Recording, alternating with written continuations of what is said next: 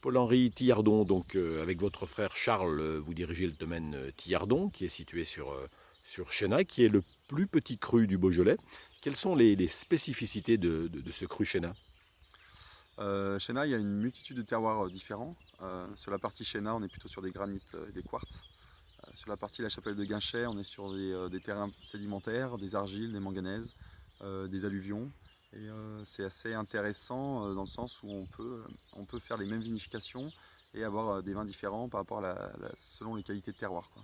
Donc on n'a pas un style de vin Chénac, on a vraiment plusieurs styles de vin, Ouais, malgré ouais. les 240 hectares en production, Oui, pas plus. exactement, c'est vrai. Puis après, entre chaque vigneron, les différences, tout ça. Et on peut pas définir un style de Chéna exactement, quoi. Les terroirs sont tellement différents que sur les granites, on va avoir des vins, c'est vrai, un petit peu plus sanguins, assez énergiques. Sur les sédiments, on va faire des vins un peu plus sur les épaules, sur la rondeur. Et ça, on s'en rend bien compte, quoi. C'est compliqué à gérer ça sur un domaine, d'avoir des terroirs très différents comme ça? Non, pas du tout, hein.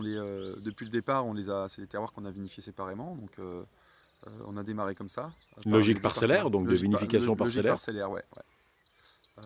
On a des climats comme les Blémonts, qui sont sur les argiles et manganèses, d'autres terroirs sur Chénac qui s'appellent Chassignol, sur des quartz et des graines très pures. Et non, il suffit de.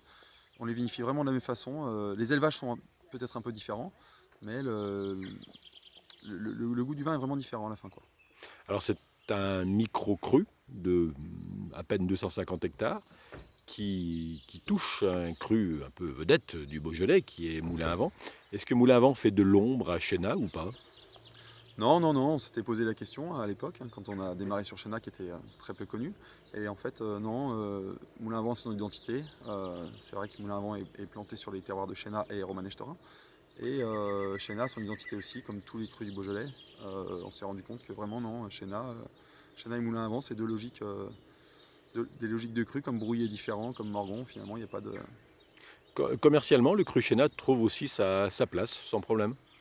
Oui, oui, oui, effectivement. C'est vrai que Shena était pas très connu, que c'est un petit peu plus connu aujourd'hui. Et du coup, il n'y avait pas vraiment de réputation. C'est des vins que tout le monde trouve qualitatifs, ça a toujours été. Et voilà, c'est assez modeste, hein, 240 hectares. Et finalement, c'est un petit peu cette logique de Shena, quoi.